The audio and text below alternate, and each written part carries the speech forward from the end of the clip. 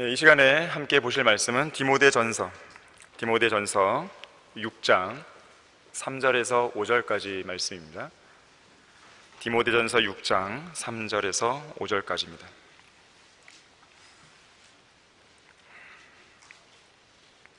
만일 누군가가 다르게 가르치며 건전한 말씀 곧 우리 주 예수 그리스도의 말씀과 경건에 따른 교리에 일치하지 아니하면 그는 교만해서 아무것도 아는 것이 없고 다만 질문과 언쟁만을 좋아하는 자니 거기서 시기와 다툼과 악담과 사악한 의심이 생겨나며 마음이 부패하고 진리를 상실하며 이익이 경건이라 생각하는 사람들 사이에 무익한 논쟁이 일어나느니라. 그런 데서 내 자신은 빠져나오라. 말씀을 위해 기도하겠습니다. 감사하신 주 하나님 아버지, 저희들을 사랑해 주시고 매사를 인도해 주셔서 감사드립니다. 코로나19로부터도 저희들 안전하고 무사하게 지켜주시고 또 어려움 당하지 않도록 보호해 주셔서 감사드립니다. 오전에 이어서 오후에 우리는 예배로 모였습니다. 이 시간 하나님의 말씀 앞에 겸허하고 또 두렵고 떨리는 마음으로 저희들은 앉아 있습니다. 주님께서 강력하게 역사해 주시고 또 우리의 마음을 잘 준비시켜 주셔서 오늘 듣게 되는 이 말씀을 통해 많은 생각과 마음의 변화가 일어날 수 있도록 도와주시길 간구드립니다. 마귀가 방해하지 못하도록 막아주십시오. 우리 모두가 이 설교를 통해서 주님께서 원하시는 일꾼이요 또 강한 그리스도의 군사로 다시 한번 세워질 수 있는 그런 계기가 되게 해주시기 원합니다. 모든 걸 주님께 의탁드립니다. 주 예수 그리스도 이름으로 기도했습니다. 아멘. 여기 본문 5절에서는 이제 진리를 상실했다 그러는데요, 오늘 설교의 제목은 바로 상실의 시대입니다. 상실의 시대. 어느 언론 보도를 보니까 우리가 지금 아주 지독한 상실의 시대를 살아가고 있다는 그런 기사를 본 적이 있습니다. 이를테면 이제 이런 것들이죠. 그 어느 시대보다도 더 암울하고 잔인한 현실 속에서 보편적인 가치가 무너지는 것이죠. 상식이 통용되지 않는 시대. 그러면서도 누구 하나 잘못을 인정하지 않고 책임을 지려하지 않는 그런 시대. 그야말로 이 도덕적 가치는 물론이거니와 최소한의 양심마저도 실종되고 자유민주주의 가치와 정부의 품격, 정의, 공의 등 한 나라가 갖추고 있어야 할 모든 올바른 가치들이 하나둘씩 무너져 내리는 위태로운 모습을 우리가 사회 전반에서 볼 수 있다는 것이에요. 코로나19라는 긴 터널 속에서 음식업, 도소매업, 숙박업, 여행업 등등의 소위 서비스 분야라고 불리는 그 분야에서 일하는 영세 자영업자들은 직격탄을 맞았죠. 겨우 숨만 붙은 채로 헐떡거리는 물고기 신세가 되어버린 것이에요. 청년 실업률은 계속 증가하는 가운데 지난해 통계를 보니까 무려 22만 명에 가까운 사람들이 일자리를 잃었다고 합니다. 이 고용 상황이 1998년 외환 위기 이후 최악의 성적표를 기록했다고 보도가 나왔어요. 잘 아시다시피 4차례에 걸친 추경으로 국가 채무는 850조 원에 육박했고 국가 채무 비율이 약 44%로 사상 최고치를 기록하게 됩니다. 국가의 부채와 세금 폭탄에 대한 부담이 문재인 정권은 1년도 안 남았잖아요. 그 다음 정권 내지는 이후 세대가 고스란히 떠안게 된 것이죠. 그뿐만 아니라 소득 주도 성장이라는 뜬구름 잡는 경제 정책으로 실물 경제는 더욱 피폐해졌습니다. 이 문재인 정권이 내세운 것은 결국에는 이 소득 격차를 완화시키는 거 아니겠어요? 그런데 오히려 가난한 사람들은 더 가난해지고 부유한 사람들은 더 부유해지는 빈익빈 부익부, 소득 양극화 현상이 더 심화됐다고 합니다. 지난해 서울 아파트 평당 가격이 사상 처음으로 4천만 원을 넘어섰고 자고 일어나면 오르는 집값 상승 현상은 정부의 계속되는 규제 대책에도 불구하고 수도권뿐만 아니라 지방까지도 이제 확산되어가는 추세예요. 길바닥에 나앉게 된 자영업자는 당장 월세도 못 내고 있는데 다른 한쪽에서는 부동산으로 수억 원을 벌었고 또 주식으로 수억 원을 벌었다고 하는 배부른 소리를 하는 자들이 늘어나고 있습니다. 부동산 가격 폭등으로 아무리 월급을 모으고 모아도 집을 사기는커녕 전세도 구하기가 힘든 실정이어서 오늘날의 젊은이들은 미래에 대한 꿈조차 꿀 수 없는 희망이 상실된 시대라고 그들은 울부짖고 있어요. 참과 거짓을 공정한 잣대로 판단해야 할 최종 심판자인 사법부의 수장 김명수 대법원장은 국가 권력의 눈치나 살피다가 거짓말이 탄로 났으면서도 버젓이 자리를 지키고 있죠. 정의를 수호했어야 할 전직 법무부 장관 조국 전 장관의 일가족은 각종 비리로 감옥 신세를 지고 있는 등의 공의와 정의가 상실된 시대를 사는 것이죠. 더 기막힌 건 그런 죄를 저질렀으면서도 죄가 없다는 것이에요. 부끄러움을 모르는, 누구 말에 따르면 염치가 상실된 그런 시대를 살고 있는 것이죠. 또한 정부와 여당의 지독한 내로남불에 따른 상식이 상실된 시대, 거대 여당의 독주로 협치는 사라지고 야당은 존재감 없이 표류하는 정치가 상실된 그런 시대를 살고 있다는 거예요. 코로나19는 어떻습니까? 확산 초기에 K-방역을 자랑했죠. 세계 만방에 알렸단 말이에요. 그런데 3번에 걸친 대유행과 늑장 백신 확보로 인해서 언제 코로나19가 종식될는지 갈피를 못 잡고 있습니다.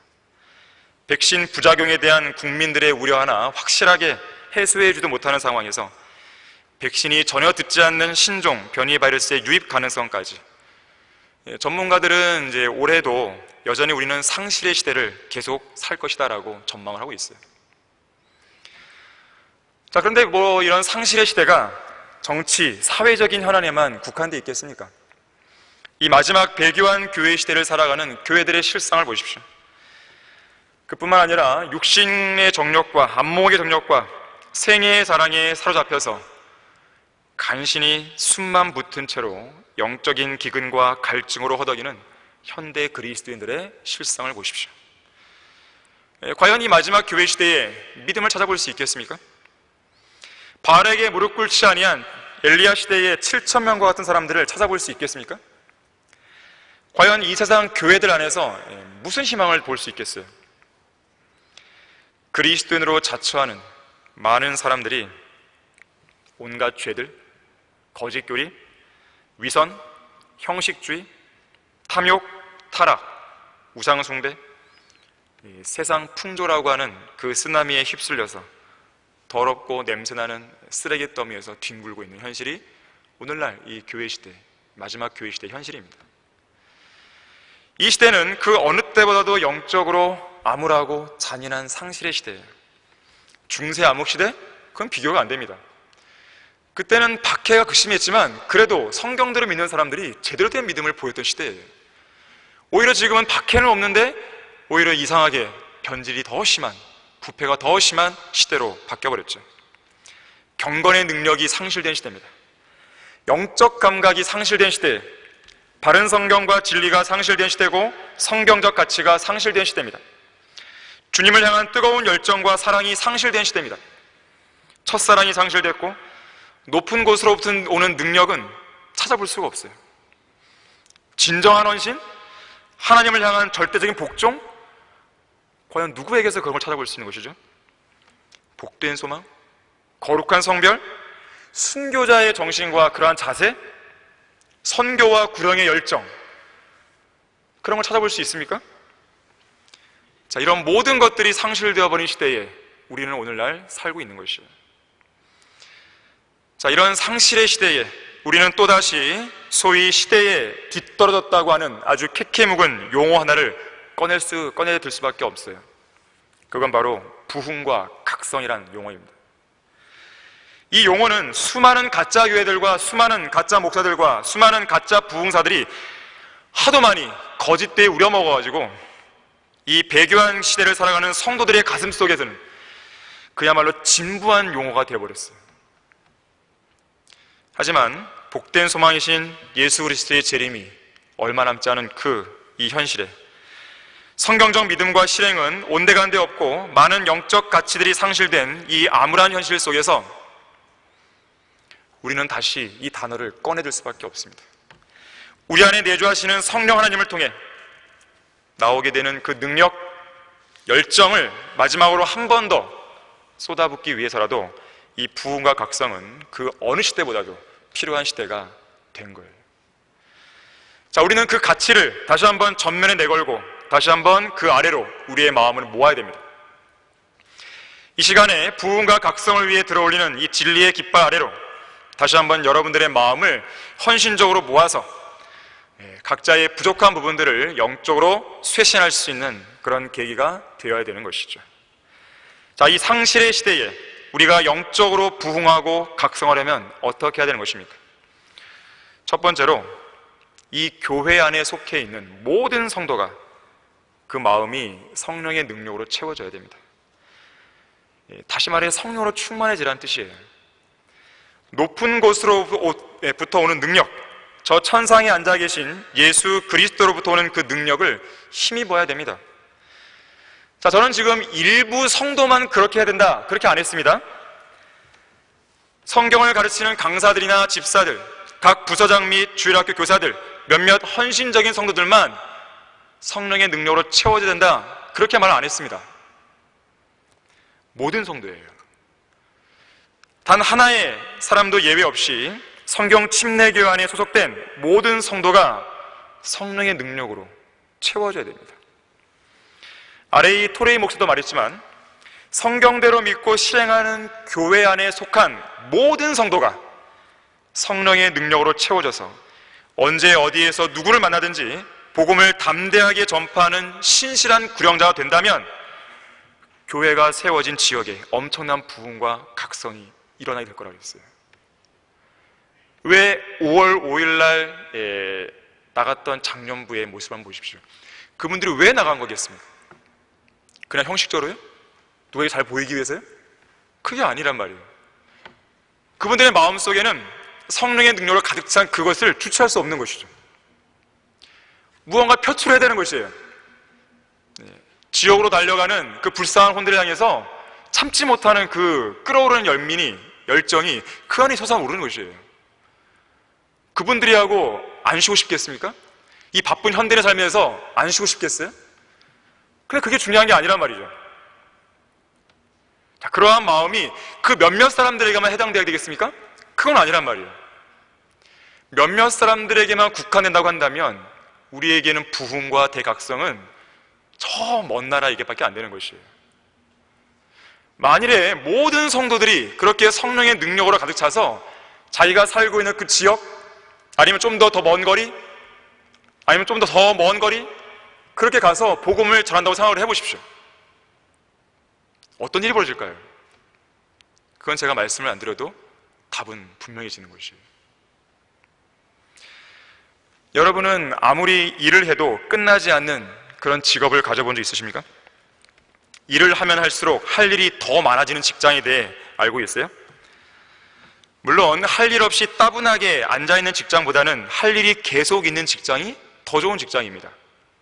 그런데 죄인들을 예수 그리스도께로 이겨오는 그 사역을 보게 되면 끝이 없는 일입니다. 왜 그럴까요? 매일같이 죄인들이 태어나잖아요. 죄인들은 계속 태어나고 있어서 여전히 구원받고 진리로 성장해야 할 사람들이 많기 때문에 그런 것입니다. 계속해서 바빠져야 되는 일이에요. 그게 당연한 것이고 자연스러운 것입니다. 근데 한두 사람만 바쁘면 되겠습니까? 아니죠.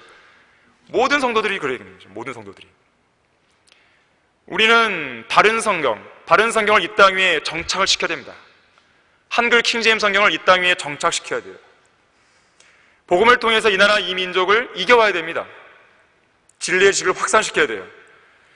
자, 이러한 표어가 몇몇 사람만의 표어인가요? 이성호 목사님만의 표어인가요? 아니면 강단에서 가르치는 성경 교사들만의 표어인가요? 아니잖아요. 자, 성경대로 믿는 그리스도인이라고 불리는 성경 침례교회에 소속되어 있는 나는 성경대로 믿고 실행하는 사람입니다 라고 불리는 그 모든 성도들이 관심 있게 귀를 기울이고 주의를 기울이고 내가 할 수 있는 그 영역에서 모든 영역을 집중시켜서 해야 되는 일이 바로 이 일인 것이에요. 이 땅에 바른 성경이 정착이 되어 있습니까? 부흥이 일어났습니까? 대각성이 막 일어나고 있나요? 내 주변에서 많은 사람들이 막 구원받아 나오고 있고 그러고 있나요?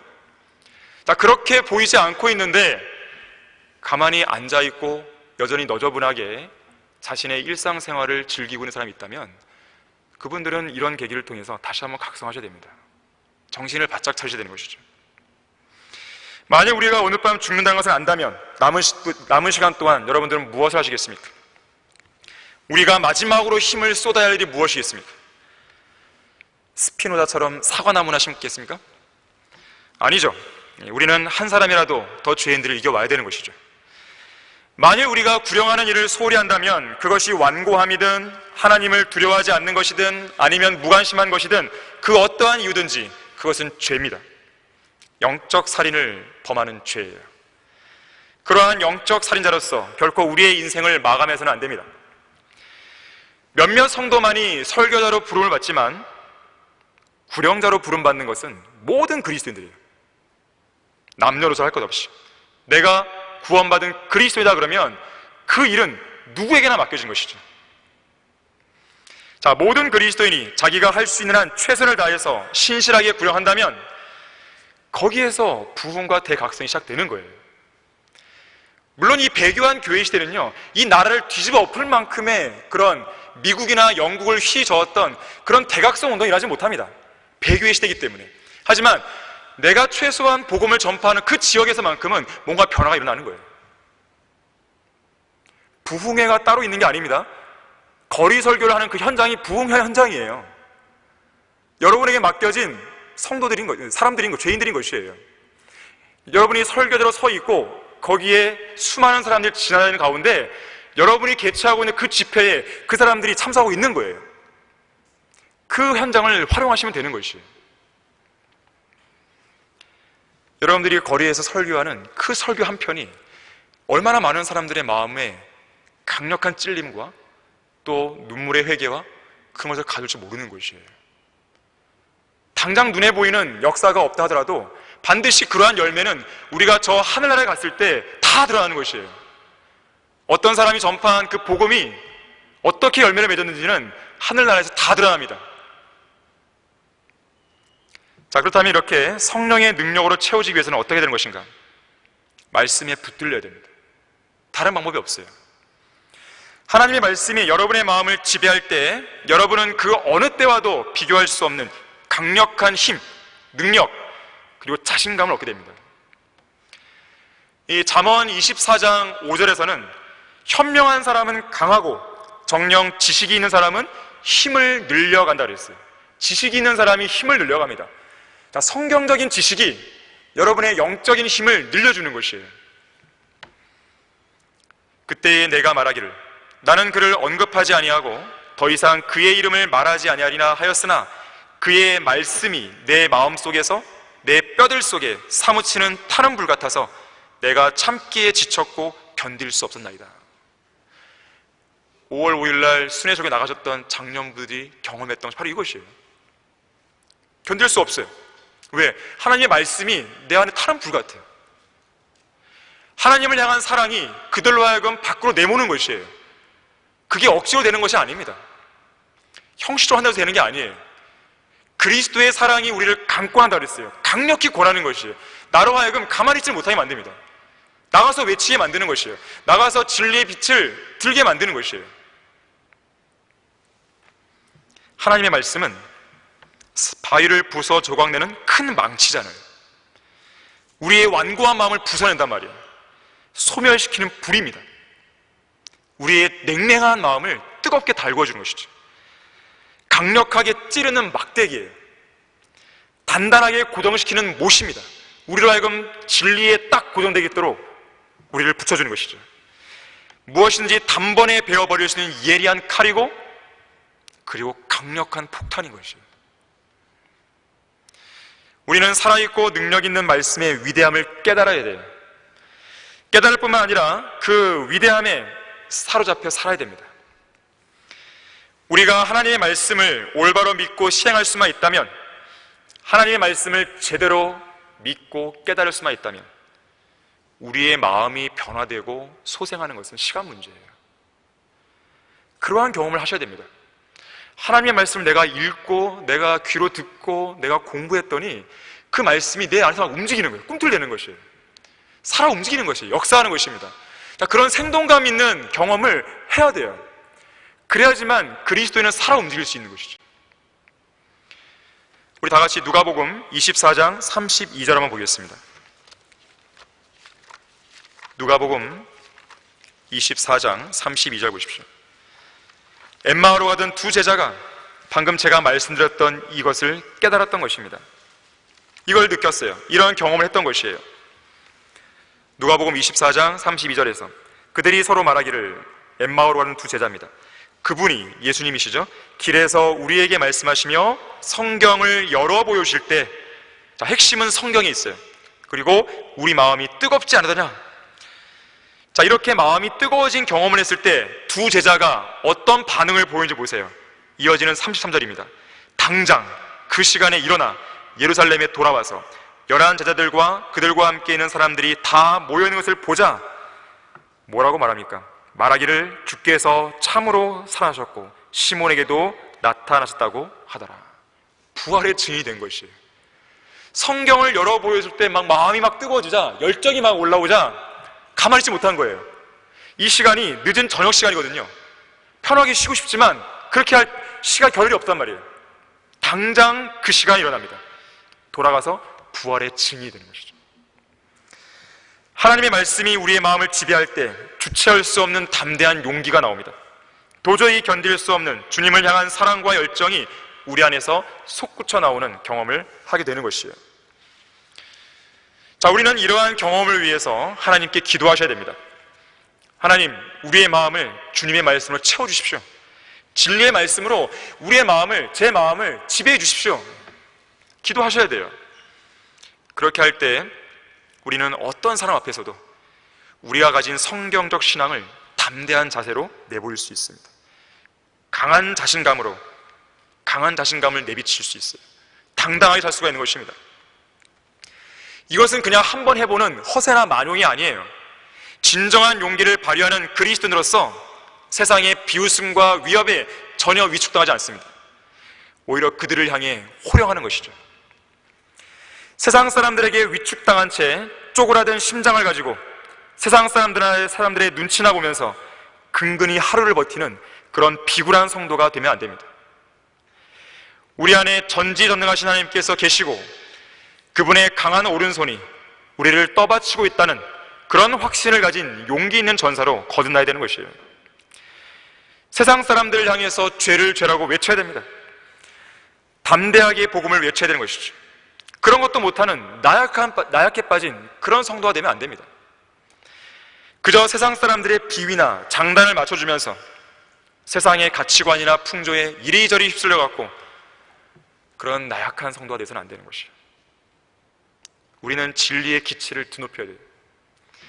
시편 60편 4절에서는 주를 두려워하는 자들에게 깃발을 주시어 진리로 인하여 그 깃발을 개양하게 하셨다 그랬어요. 깃발을 올리는 거죠. 깃발은 사람들을 모이게 하는 구심점입니다. 깃발 아래 모인 사람들을 이끄는 행동 기준이고 표준이에요. 나를 따르라 할 거죠. 그래서 고대 전쟁에서는 항상 깃발을 들고 갔잖아요. 기수병이 있었던 것이죠. 근데 기수병은 자기 아군으로 하여금 따라오게 할 수 있는 어떤 표준이 되기도 하지만 적들의 입장에서 본다면 표적이냐, 표적. 그래서 기수는 자살 보직이라는 말도 있었어요. 가장 먼저 눈에 띄고 가장 먼저 죽일 수 있는 것이죠. 첫 번째 기수병이 죽으면 어떨까요? 깃발을 포기하나요? 아니죠. 그 다음 기수병이 또 드는 것이에요. 또 죽었어요? 그럼 다음 기수병이 또 나오는 것이에요. 언제까지? 마지막 한 사람이 죽을 때까지 계속해서 깃발을 드는 것입니다. 하나님께서는 주님을 두려워하는 우리 그리스도인들에게 진리의 깃발을 주셨어요. 누구나 깃발의 위치를 확인할 수 있도록 높이 개양해야 됩니다. 누구나 진리의 말씀을 볼 수 있도록 높이 올리고 자신 있게 드러내고 당당하게 나타내야 돼요. 진리의 깃발이 주어진 목적은 그거를 개양하라고 하는 것이지 어디 꼭꼭 숨겨서 잘 보관하라는 게 아닙니다. 그런데 이 기수의 임무는 다른 사람에게만 맡겨진 게 아니에요. 나에게도 맡겨진 것이에요. 모두가 다 최전방으로 나아가서 우리가 들어야 할 진리의 깃발을 높이 들고 우리의 정체성, 우리의 신분, 우리의 위치를 적들에게 당당하게 보이는 것이에요. 내가 이런 사람이라고.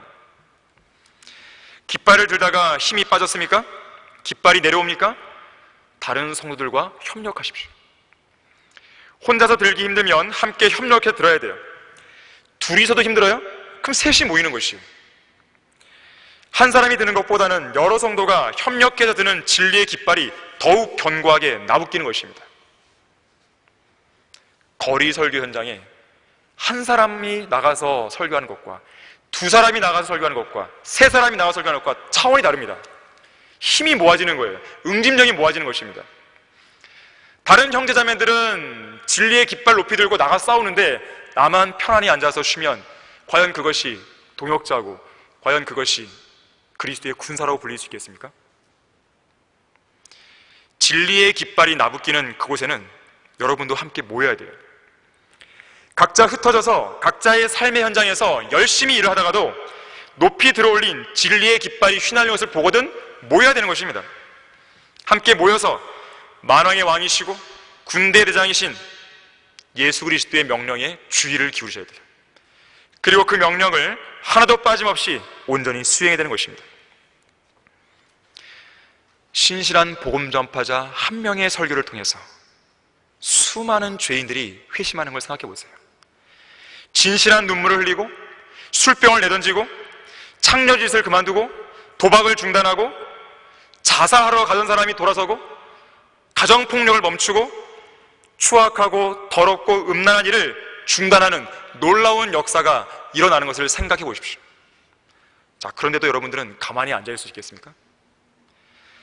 이 상실의 시대에 부흥과 각성이 절실히 필요한 이유가 바로 여기에 있는 것이에요.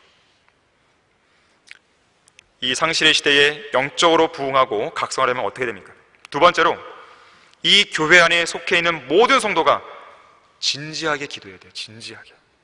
모두가 그렇습니다. 기도가 습관처럼 몸에 배어 있어야 돼요. 우리 안에 부흥과 영적 각성이 일어나도록 기도해야 됩니다. 자신의 믿음을 유지하고 성장시키는 것은 각 개인에게 대부분 책임이 있어요. 그리스도인이면서도 모이는 일에 게을리하고 경배를 소홀히 하고 기도하는 것에 대해 나태하게 되면 결국 그 사람은 세상을 사랑하는 타락한 사람이 되어버리는 것이죠. 특히 기도는 호흡과 같잖아요. 기도하지 않는 것은 자살행위입니다. 어떤 설교자도 말했듯이 기도하기를 소홀히 하면 우리 자신이 근심의 짐을 떠안게 되고 믿음이 시들해지고 소망의 시야가 흐려지고 열정의 불길이 사그라들고 결국 하나님을 끈질기게 붙들고 있었던 그 믿음의 힘이 희미하게 멀어져 간다는 것이에요.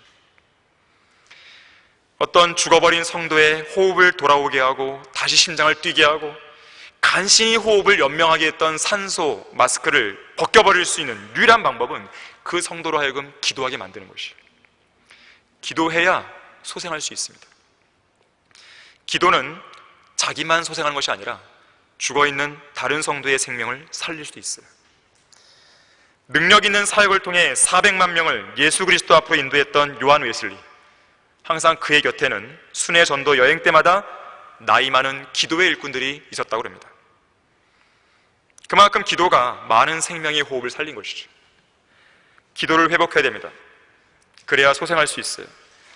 여러분의 마음이 냉랭하고 죽어있다면, 하나님을 향한 첫사랑이 식어버렸다면, 하늘의 본향에 대한 소망으로, 예수 그리스도의 재림을 기다리는 소망으로 내 가슴이 뛰고 있지 않다면 지금 당장 모든 일을 멈추십시오. 그리고 골방을 찾아가서 혼자만의 시간을 가셔야 됩니다.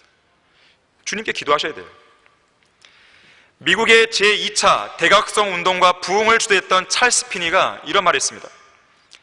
기도가 중단되지 않는 한 부흥은 반드시 오고야 만다. 부흥과 대각성을 일으키는 방법은 두 가지인데요, 하나는 성도들에게 도전과 감동을 주는 것이에요.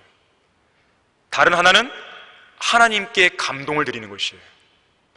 자, 성도들에게 감동을 주는 건 뭐예요? 진리의 말씀입니다. 하나님께 감동을 드리는 건 뭡니까? 진지한 기도예요. 자, 이것이 딱 어우러졌을 때 거기에서 부흥과 대각성은 일어납니다.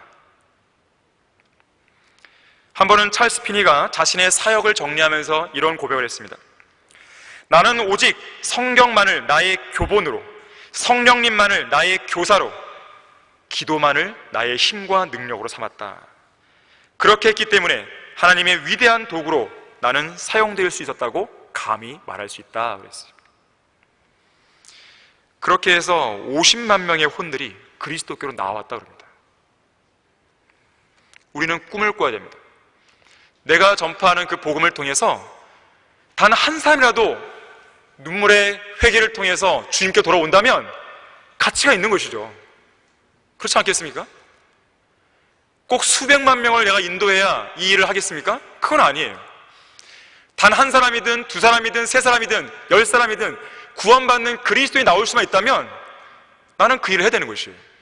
간절히 기도하고 복음을 전파로 나가는 것입니다. 내게 능력 주시는 그리스도를 통하여 내가 모든 것을 할 수 있느니라, 이 말씀이 그냥 무던하게 기록됐나요? 기도할 때에 무엇이든지 너희가 믿고 구하는 것은 다 받으리라, 그냥 대충 하나님께서 한번 해보신 말인가요? 하나님의 약속을, 하나님의 위대한 약속을 믿지 않는 사람은 누굽니까? 그리스도인에게 주어진 이 위대한 백지수표를 휴지 조각처럼 쓰레기통에 던져 넣는 사람은 과연 누구죠?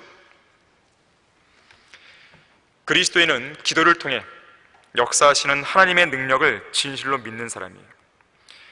지상에서 우리가 발휘할 수 있는 유일한 최대의 그 능력은 기도를 통해 나타나는 거예요. 부흥이 필요한가? 지금 당장 기도하면 되는 거예요. 대각성이 필요합니까? 기도하시는 것이죠. 열정이 필요하세요? 기도하십시오. 죄의 굴레를 벗어나고 반복되는 습관의 고리를, 나쁜 습관의 고리를 끊고 사탄의 공격을 이기고 싶으세요? 기도하세요. 하나님의 사역에 헌신하고 싶은데 용기가 안 나십니까? 기도하세요. 넘어서야 할 장벽이 너무 커요? 너무 높아요? 기도하십시오. 우리에게는 강력한 무기가 있습니다. 주님을 향해 열정을 내는 성도는 기도의 골방에서 길러지게 됩니다. 인디안 선교사로 갔던 데이비드 브레이너드도 기도의 사람이었습니다. 그는 인디안들의 구원을 위해서 무언가 해야만 하겠다는 영적 부담을 느꼈을 때 가장 먼저 무릎을 꿇고 하나님께 기도했다고 합니다. 한 번은 그가 1742년 4월 20일 자신의 생일날이었습니다. 자신의 생일을, 그날 하루를 온전히 하나님께 드리기로 결심했어요. 그리고 온종일 금식과 기도로 다가섰다고 했습니다. 그날 일기에 데이비드 브레이너드는 이렇게 기록을 남겼어요. 나는 오늘 정오에 인디언들의 구원을 위한 중보기도로 나의 혼을 쏟아부었다. 밤새도록 원수인 마귀와 사투를 벌이며 하나님께 열정적으로 기도했다. 하나님만을 위해 살기를 바라는 간절한 소망을 이렇게 간절히 가졌던 적이 있었는지 잘 모르겠다. 나의 삶을 하나님께 온전히 헌신하기를 간절히 바랐고 하나님의 사역과 하나님의 영광을 위해 내 몸을 온전히 불사르고 싶었다. 새벽에, 저녁에, 밤에 홀로 그는 시간 되는 대로 계속 무릎을 꿇었습니다. 때로는 그를 찾아오는 방문객들과 함께 무릎을 꿇었어요. 자신의 영적인 교만을 자각할 때면 가슴이 찢어지는 듯 아픔을 느끼며 회개의 기도를 했습니다. 때로는 말을 타고 숲속을 지나가다가도 말에서 내려서 무릎을 꿇고 자신을 하나님께 다시 한번 헌신하는 그런 기도를 드렸어요. 이렇게 기도했습니다. 아버지 하나님, 제가 여기 있사오니 저를 보내주십시오. 저를 땅끝으로 보내주십시오. 거친 땅, 광야에 사는 저 사납고 사나운 이교도들에게 저를 보내주십시오. 세상의 모든 안락을 버리고 오직 주님만을 섬기는 가운데 복음과 진리를 전파하는 일을 위해서라면 저는 죽음도 두렵지 않습니다. 이 남태평양의 식인종들을 위한 선교사로 헌신한 존 페이튼을 아실 것입니다. 존 페이튼 역시나 그의 삶 자체가 기도로 점철되어 있었어요. 이 세뮤얼 주에머 박사라고 이 사람의 전기를 기록했던 사람인데요, 이 존 페이튼의 삶을 이렇게 말합니다. 그의 삶은 한마디로 말해서 응답받은 기도가 많이 담겨있는 기록이다 그랬어요. 그는 기도에 이끌려 선교사로 섬기게 되었고 기도로 긴 여정을 계속했으며 다른 사람들이 실패한 곳에서 기도로 우물을 파서 생수를 발견했고 기도로 암살자들의 손을 저지했으며 기도로 성경 번역에 필요한 정확한 낱말들을 발견했고 기도로 그 모든 사역을 이끌어 갔으니 오직 저 영혼에서만이 그를 통해 셀 수 없을 만큼 많은 구속받은 식인종들의 무리를 통해 그의 기도 생활의 결과가 어땠는지를 가늠해 볼 수 있을 것이다 그랬어요. 그의 기도의 열매가 저 하늘에 있다는 것이에요. 이와 관련해서 존 페이튼도 그의 인생을 마무리할 때 기도로 마무리합니다. 내가 다시 인생을 시작할 수 있다면 그 인생을 예수 그리스도께 새롭게 헌신함으로써 뉴 헤브리디스에 남아있는 식인종들을 회개시키는 일에 나는 또다시 힘쓸 것이다. 하지만 그렇게 인생을 다시 시작할 수는 없으므로 현재 내게 남겨진 시간과 힘이라도 모두 다 사용해서 그 소중한 사역을 최대한으로 이룰 수 있기를 하나님께 기도하는 바이다. 이 상실의 시대에 우리에게 요청되는 것은 진지한 기도예요. 이것은 단순한 캐캐묵은 진부한 이야기가 아닙니다. 그토록 많이 들어왔고 많이 강조했지만 그토록 많이 소홀히 한 그 부분을 이야기하는 것이에요. 그런데 바로 거기에 우리를 다시 일으킬 수 있는 그 답이 있는 것이에요. 이 상실의 시대에 영적으로 부흥하고 각성하려면 어떻게 됩니까? 세 번째로, 이 교회 안에 속해 있는 모든 성도가 진정으로 회개를 해야 됩니다. 입술만의 회개가 아니라 실제 변화된 행동이 동반된 회개가 필요합니다. 반복되는 죄의 자백이 아니라 어느 순간인가는 반드시 종지부를 찍고야만은 진정한 회개해야 돼요. 우리 삶에서 반복되는 죄의 문제가 해결되지 않는 한 밤이 새도록 기도해도 부흥과 대각성의 아침은 절대로 밝아오지 않습니다. 악인들의 기도는 주님께 가증할 뿐이에요. 주님께서는 결코 그런 자들의 기도를 듣지 않으십니다. 하나님께서는 성별된 그리스도인들의 기도를 기뻐하세요. 그리고 그 기도를 들으셔서 그야말로 위대한 능력을 여러분의 눈앞에 펼쳐놓으실 것입니다. 교회 안에 모든 성도들이 바로 이 성별을 위해서 하나님 앞에 온전히 자복하고 회개할 때, 그리고 성별을 위해서 분연이 일어날 때, 부흥은 반드시 일어나게 되어 있는 것이죠.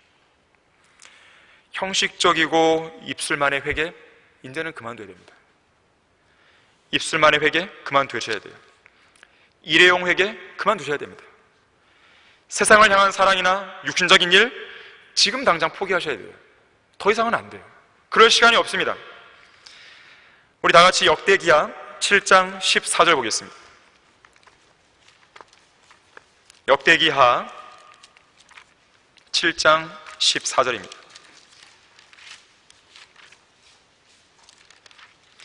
내 이름으로 불리는 내 백성이, 이스라엘 백성이죠, 겸손해지고 기도하며 내 얼굴을 찾고 그들의 악한 길에서 돌이키면, 조건이 있는 것이에요. 돌이키면 내가 하늘에서 듣고 그들의 죄를 용서하며 그들의 땅을 치유하리라.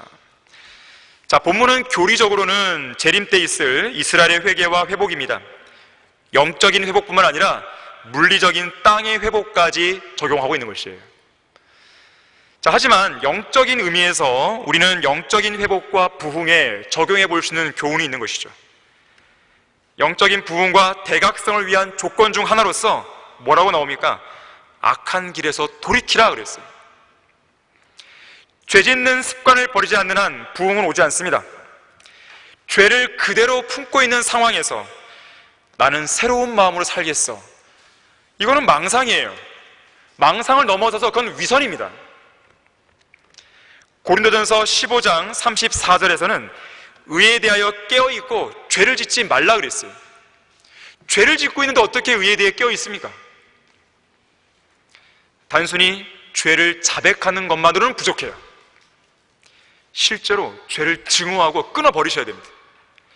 마음속에 도사리고 있는 타락과 부패의 암덩어리를 예수 그리스도의 보혈과 성령의 능력으로 제거하셔야 돼요. 도려내셔야 됩니다. 그래야만 우리 안에 새로운 마음이 형성될 수 있어요.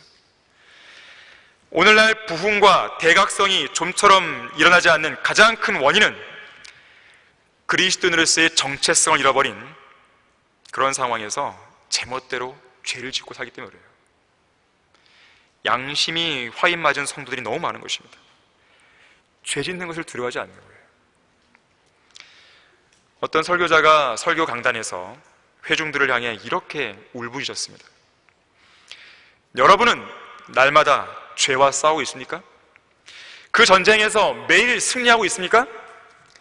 저는 여러분들을 하나님의 자녀들로 인정하고 있지만 혹시라도 싸우기만 할 뿐 승리하지 못하는 성도가 있다면 그는 여전히 예수 그리스도를 제대로 믿는 게 아닙니다.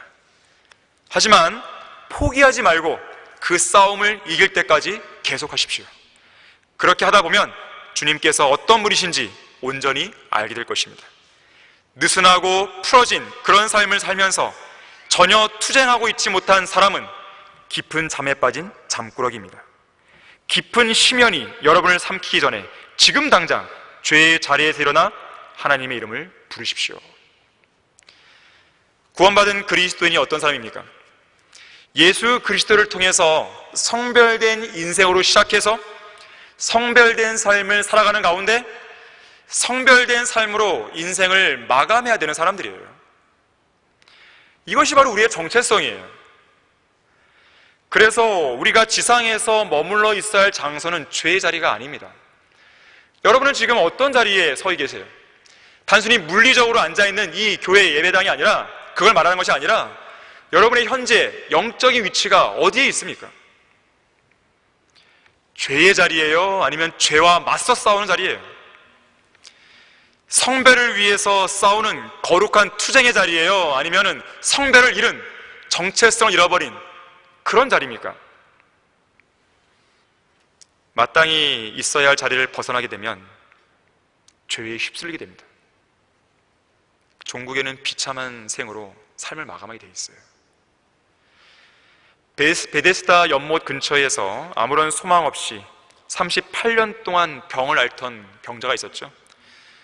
예수님께서 그를 고쳐주신 다음에 뭐라고 말씀하셨죠?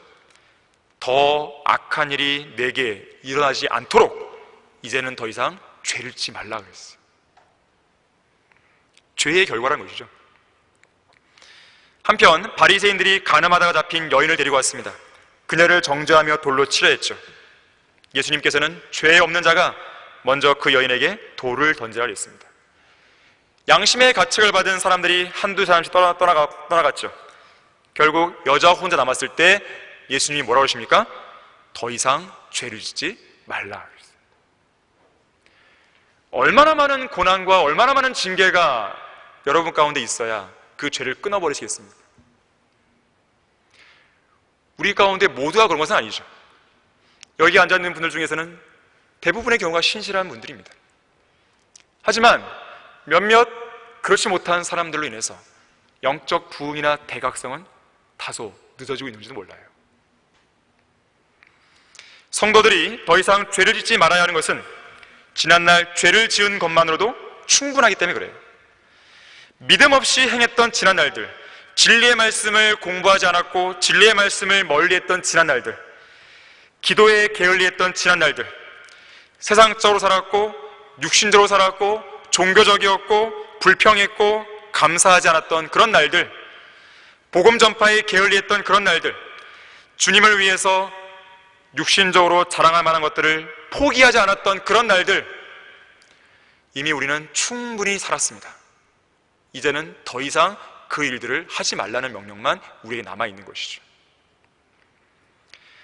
이 호아킴 포사다가 쓴 마시멜로 이야기라는 제목의 책이 있습니다.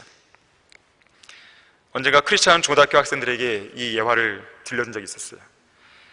이 책에는 재미있는 실험 내용 하나가 실려 있습니다. 미국 스탠포드 대학의 미셸 박사는 어린 아동들이 자기 욕구를 만족시키는 것을 지연시키는 건 그런 힘과 관련된 연구를 쭉 해오다가요, 한 번은 마시멜로 실험을 한번 해본 적이 있어요. 1966년에 했던 실험인데요, 유아원을 다니는 4세, 5세 어린이를 대상으로 653명을 대상으로 이 실험을 하게 됩니다. 마시멜로는 우리나라는 그렇게 잘 익숙치 않지만 미국 사람, 특히 미국의 어린이들은요 너무나 좋아해갖고 사족을 못 쓰는 그런 사탕 같은 거예요. 달콤한 과자 같은 거예요. 아주 부드럽고, 사탕이 아니고 부드럽고 달콤한 과자입니다. 실험자가요 이 아이들을 한 사람씩 두 사람도 아니에요. 한 사람씩 밀폐된 방 안에 딱 넣습니다. 그리고 접시 위에 마시멜로 하나를 딱 올려놓아요. 그리고 그 아이에게 이렇게 말합니다. 아이야, 이 아저씨가 잠깐 방을 나갔다가 돌아올 것인데 이 아저씨가 없는 사이에 지금 당장 너가 마시멜로를 먹으면 너는 한 개밖에 못 먹어. 하지만 15분을 너가 기다리면 이 아저씨가 2개를 줄게.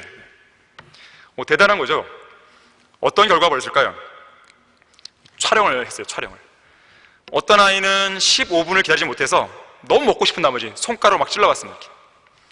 어떤 아이는 만져봤어요. 어떤 아이는 냄새까지 맡아봤습니다. 어떤 아이는 너무 답답해갖고 책상에서 일어나서 방 안을 이리저리 돌아다녔습니다. 자, 실험 결과 아이들이 마시멜로의 유혹을 견딘 평균 시간은 3분에 불과했습니다. 거의 대부분의 아이들은 30초도 지나지 않아서 마시멜로를 먹어버렸어요. 그리고 그 마시멜로의 유혹을 이겨낸 참가자의 30% 정도만 성공했습니다. 그런데 실험을 여기서 끝낸 게 아니에요.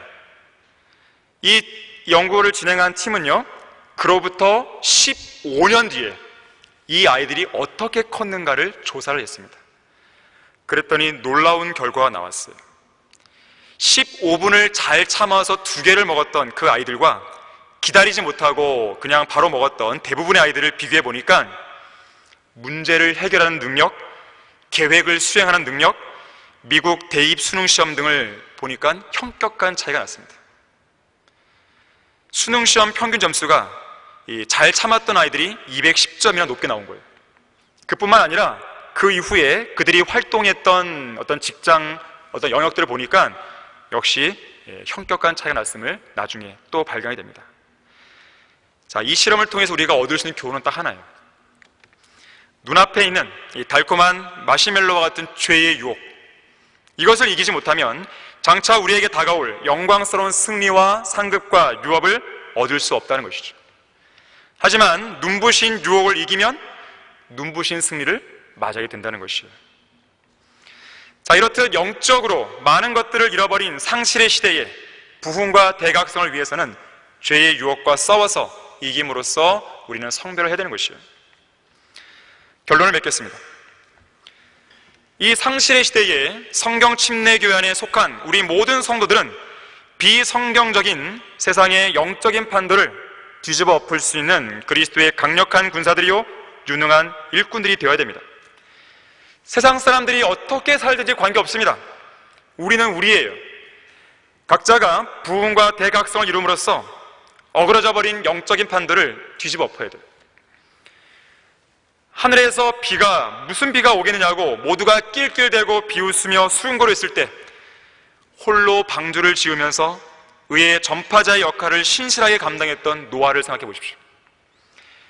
카데스 바네아에서 가나안 땅의 거인들로 인해서 모두가 좌절하고 낙심해 있을 때 그들은 우리의 밥이라고 담대하게 외쳤던 여호수아와 칼렙을 생각해 보십시오.